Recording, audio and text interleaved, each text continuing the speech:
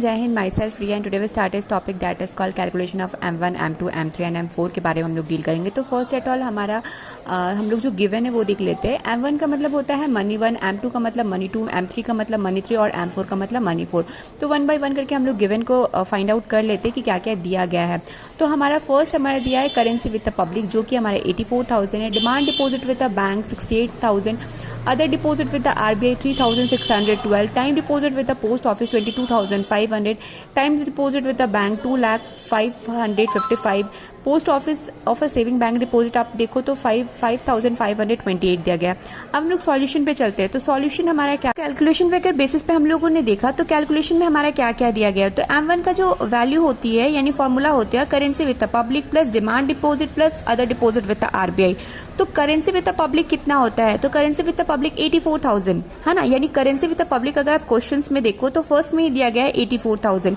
Demand deposit अगर आप देखो तो हमारा 68,000 दिया गया है। और other deposit with the RBI देखो तो other deposit with the RBI हमारा 3,612 दिया गया है। फिर हमने ये फॉर्मूला पे हमने पुट किया और हमने कैलकुलेट करके हमारा M1 का जो फॉर्मूला था यानी M1 की जो वैल्यू थी वो फाइंड आउट किया। ठीक है, तो हमारा जो आंसर आया 1,55,612 आया।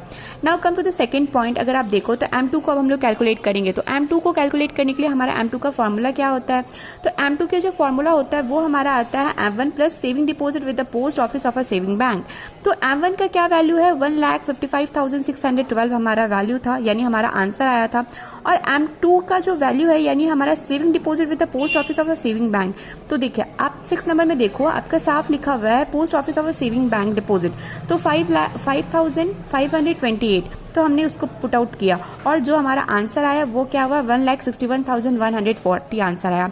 फिर हम लोगों ने M3 को कैलकुलेट किया। M3 को कैलकुलेट करने के लिए हमने क्या किया, M1 को रखा है ना, M1 को रखा। तो M1 का जो वैल्यू है वो हमारे क्या है, 1,55,612। ठीक है, फिर हमने फॉर्मूला के अकॉर्डिंग हमारा फॉर्मूला क्या आया था, net time deposit with the bank है ना। तो net time deposit with the bank अगर आप 5 नंबर में देखो तो आपका 2,05,555 दिया गया। हमने उसे पुट आउट किया और हमने आंसर निकाला। हमारा आंसर क्या आया, 3,56,167।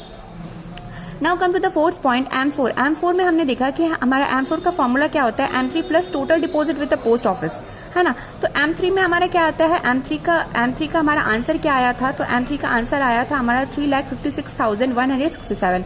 हमने वो डाला और हमने फॉर्मूला के अकॉर्डिंग हमारा क्या था, total deposit with the post office है ना।